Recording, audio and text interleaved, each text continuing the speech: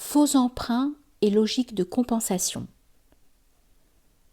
Autre illusion absurde est celle qui consiste à emprunter les techniques de réalisation intérieure au bouddhisme ou au soufisme sans le contenu doctrinal qui va avec, c'est-à-dire sans tenir compte de leur principale finalité, comme s'il était sérieusement possible, par exemple, de prier sans croire en Dieu.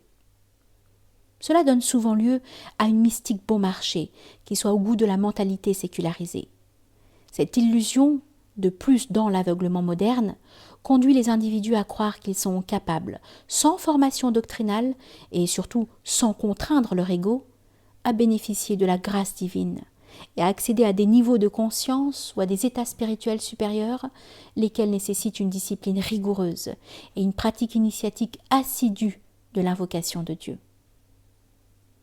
Ceci apparaît d'ailleurs dans le soufisme commercial, vendu sur le marché d'une pseudo-spiritualité, qui réduit la mystique musulmane à quelques envolées poétiques d'un Rumi ou d'un Attar, dont en réalité on ignore bien souvent la signification réelle.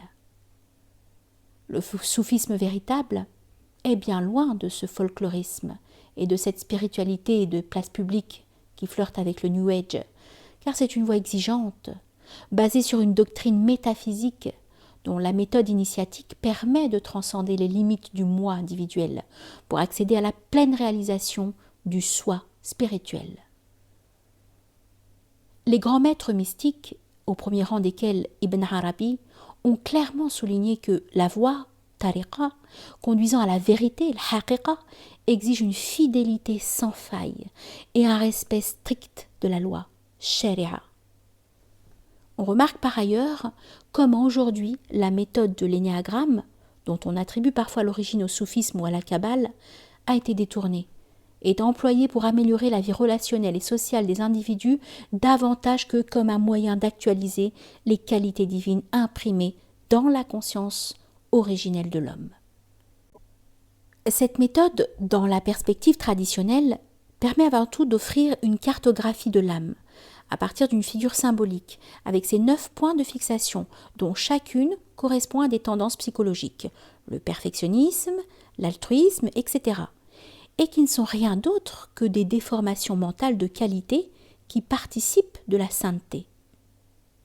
Dans la tradition soufie, cette méthode visait à cerner les ruses subtiles de l'âme qui rendaient la conscience humaine opaque à la lumière divine, et ainsi à opérer une transmutation des attributs égotiques en qualité spirituelle.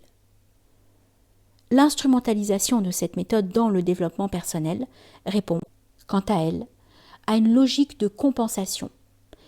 Perfectionner le relationnel sur le plan horizontal en comprenant le mécanisme purement psychique du comportement de l'individu pour compenser la perte de la relation verticale. Plus clairement, l'énéagramme prend une toute autre trajectoire et vise essentiellement à améliorer sa relation aux autres plutôt qu'à perfectionner sa relation à Dieu. Ceci a parfois rendu certains adeptes de cette discipline détournés, très bavards sur le mécanisme psychique de l'homme et peu, voire pas instruits sur son fonctionnement spirituel, qui justement constitue le point central de cette méthode dans la tradition mystique.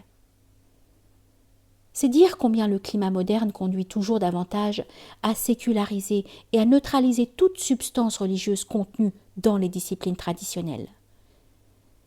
Les techniques traditionnelles visent initialement à délivrer l'homme de son ego, à permettre une réalisation spirituelle en actualisant le souffle de l'esprit qui l'habite.